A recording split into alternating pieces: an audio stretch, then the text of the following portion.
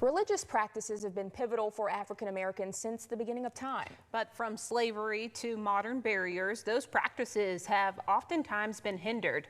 News 19's Mariah Wiggs takes a look at the history of Black religious freedom.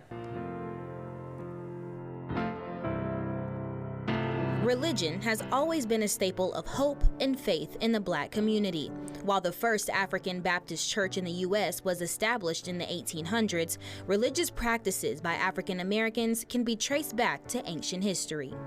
Many people think that when Black people got to America, that was the beginning of our spiritual journey, and it certainly was not. We've had our DNA has been tied to faith in God since the very beginning of time. During the course of slavery, gatherings for church and prayer were often monitored by slave owners or prohibited altogether. Today, research shows African Americans exercise their religious freedom in over a dozen primary religious practices. When we didn't have anything else, when things had been stripped away from us, resources and our freedom, and brought to a land we knew nothing about, the one thing they could not take away from us was our faith in God. That faith is what provided hope to the Black community during their battles against slavery, segregation, and justice for equality.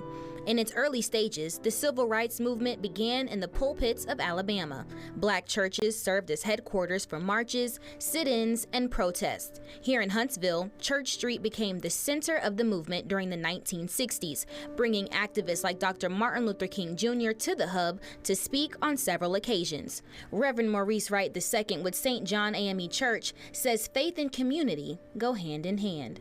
Even in Huntsville, we continue to speak to the needs of our people, the needs of the community. When there's an injustice done, the faith community comes together in prayer, number one, but also that we might empower the citizens of this community and speak out against those things that are plaguing us.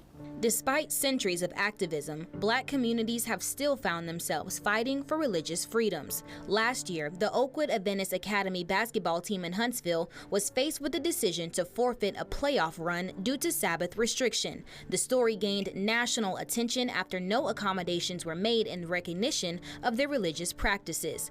Orland Johnson is the Public Affairs and Religious Liberty Director for the Seventh-day Adventist North American Division and worked on the Oakwood Academy case. Why is this happening to these young men? You know, no one should be in a position where, based on faith, that they should have to not be allowed to play. The team caught the attention of State Governor Kay Ivey for standing up for their beliefs. The AHSAA voted to change a rule regarding requests for religious accommodation. Probably the one that really hit me the hardest was a young man who said, well, we just felt that God gave us a test and we think we passed. And, you know, and when you hear words like that coming out of teenagers' mouths, you got to say, wow, somebody's doing something right. Wright says embracing differences in religious practices allows the community to work together through oppressive matters.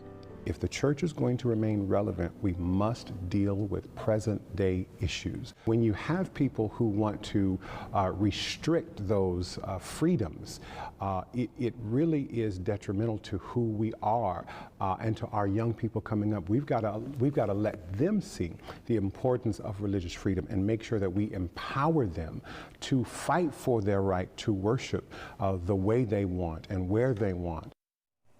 Oakwood Academy basketball team will be playing in the 1A semifinals on Monday against Ottauqueville. It's the furthest they've ever made it in this state tournament's history.